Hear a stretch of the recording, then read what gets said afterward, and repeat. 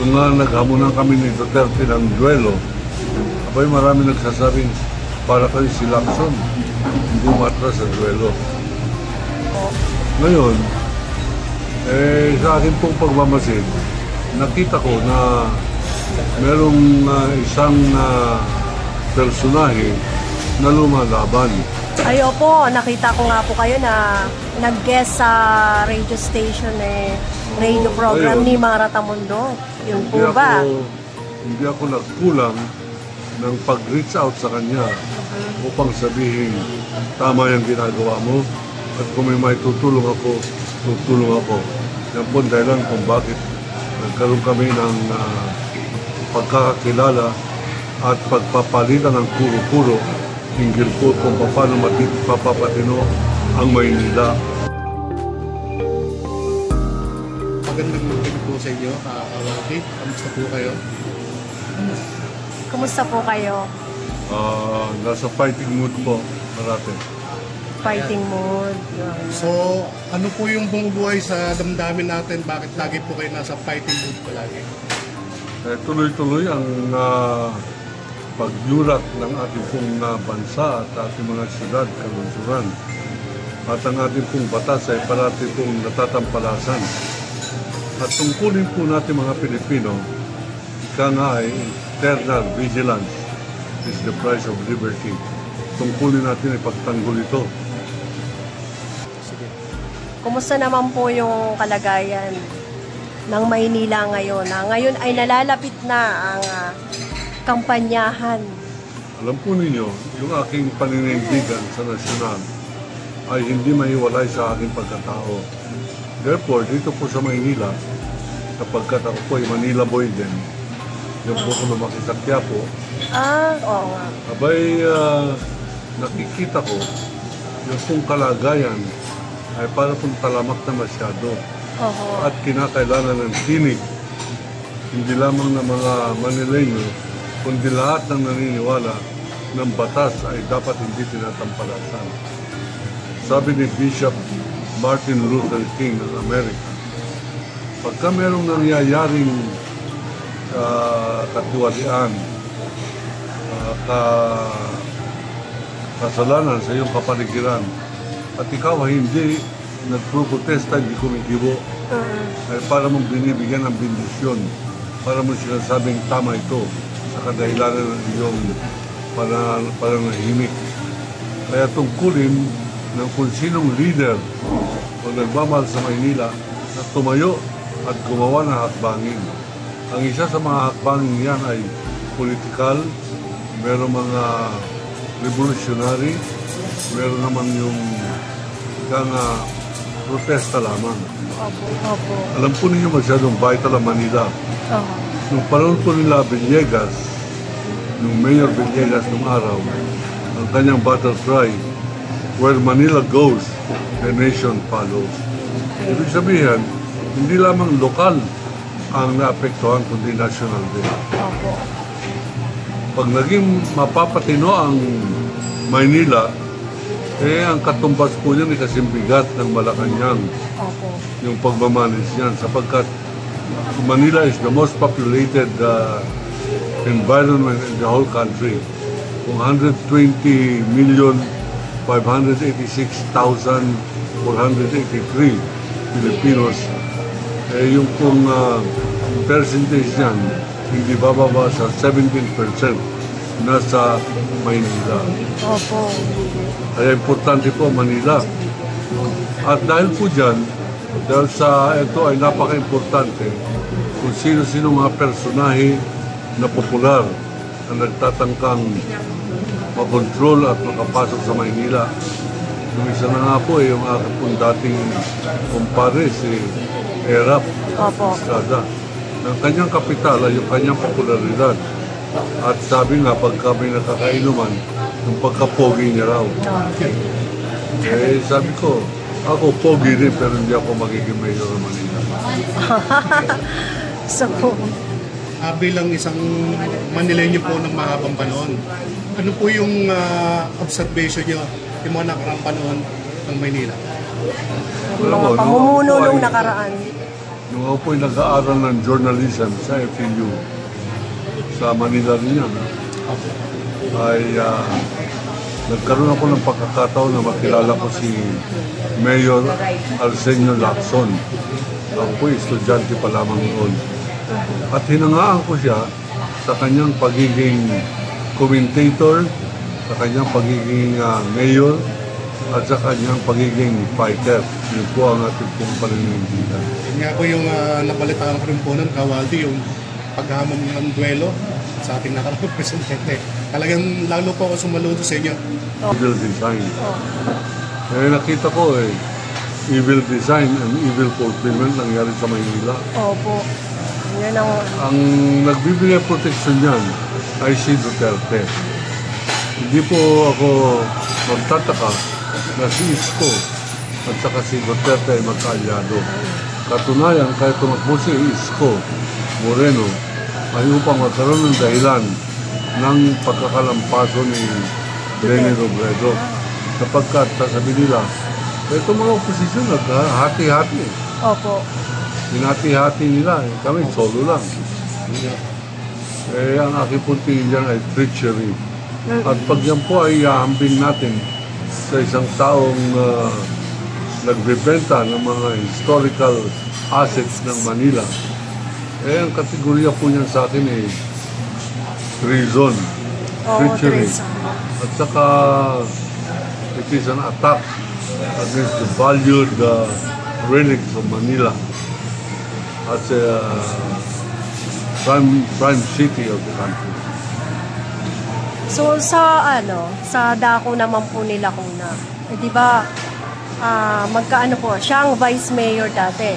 Ano naman pong tingin nyo? At ngayon po sila kuna ay talagang naghuhugas kamay. Ano po ang ano nyo? Ang laban kasi ngayon nila kuna ay political survival. Opo. At ang political survival niya nakapoon doon sa kanyang statement na hindi siya pareho ni Isko. Oo. Na iba ang kanilang paninindigan sapagkat ang paninindigan ni Isko pagkakampihan pa ng Manila ay talaga pong hindi si Isko may kasalanan kundi ang mga botante ng Maynila. At dapat yan sapagkat yan din ang pananaw ni Hani, kinakailangan lumayo siya riyan. Sabi niya, hindi ako yung presiding officer ng council. Hindi ako yung vice mayor. O hindi ko kaibigan. Lahat ng denial ay kinakailangan niya sapagkat masyado pong intertwined ang kanilang political career. Ni Lacuna at ni Isko Dumagoso. So, dako po muna tayo kay Super Marathon Bandong. Kawaldi, so paano po umabot sa inyong kalaman ng mga ginagawa ng ating superhero ng mga senior citizen na si Super Marathon Bandong? Ako po ay isang senior citizen at tunay na senior citizen. Hindi po ako nagkukunwari na senior citizen para lamang sa 20% discount. At sapagkat tayo po ay senior citizen, alam po ninyo talagang senior citizen na ako eh. Huwag nyo na pagkalat. Pero above 50 years old na ako. Pero hindi halata mukha nga above 80, no? So, bilang senior citizen at bilang isang veteran media man, hindi makakaligtas sa iyo ang balita na mayroong isang pumapailanlang na personahe na ang kanyang dinadala ay usapin ng senior citizen. At siyempre, pinagtanong-tanong natin, nakapasa naman siya. Lalo yung napagtanungan ko kung kwalipikado siya. Abay, 100% qualified, sabi niya. Kasi napagtanungan ko ay si Mara mismo. Opo. Yes. Pinakita niya ba sa inyo yung mga recognition niya, yung mga certificate niya? Na Pinakita pa sa akin yung kanyang well-edited video. Diba? Oo, na kunyari parang artista. Ay. So, ano naman yung masasabi nyo na diyan sa ibang distrito ay pinagkakalat na ngayon? Mga propaganda nila na si Mara daw po ay aatras. umatras na raw po. Ano bang masasabi mo dito sa mga kandidatong ito na Alam niyo, ganyan? sa politika, Ganyan talaga. hindi po talaga malinis. Kanya-kanyang isip ng limit. Opo. Kung Limit. sino yung nangunguna, kinakailangan tagpasin. So, sa tingin nyo talaga nangunguna si Mara Tamundong? Kaya nga po siya ang tinatarget na gawa ng mga special block operations. Opo.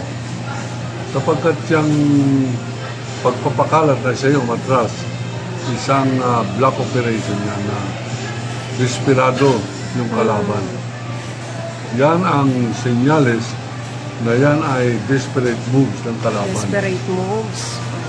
Ang ating pong advocacy ngayon ay kung paano ma-educate ang ating pong mga botante.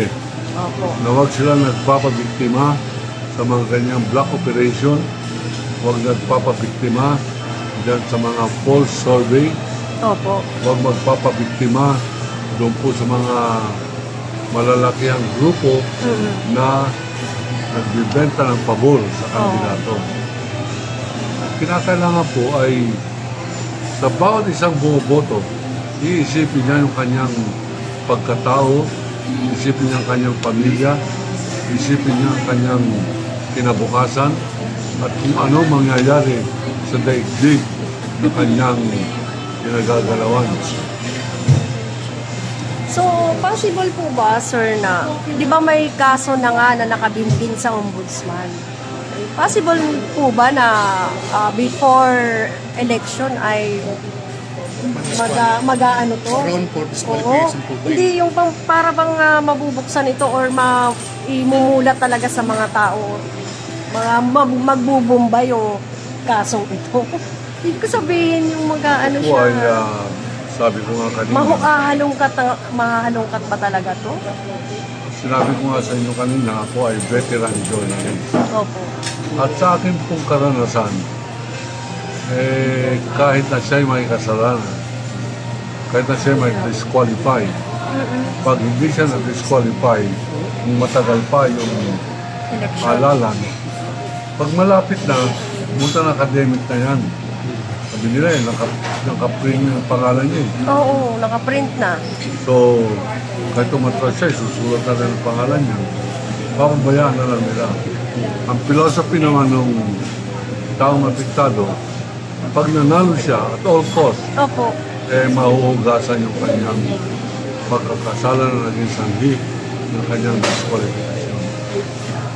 So, Sa sitwasyon po ngayon, Walden, panahon na ba para mamulat ang Manileño sa mga tatakbong mga kandidato para sa pagka-mayora at vice mayor? May matagal na po Mamulat, panahon oo. yan. Ang atin lamang ay, bagamat alam na nila, ang ating kinalulungkot ay parang binabaliwala. Alam nilang mali. mali nga, oo. Pag alam na nilang mali, at ito pa'y kanila pang pinapalakpakan, kinakawayan, kinakamayan, hinahalik-halikan pa. Abay, magbibistula pong parang na Duterte na naman tayong lahat. Kaya nga. Parang nabodol na naman tayo. So, sir, meron ka po bang background dun sa isang kandidato? Yung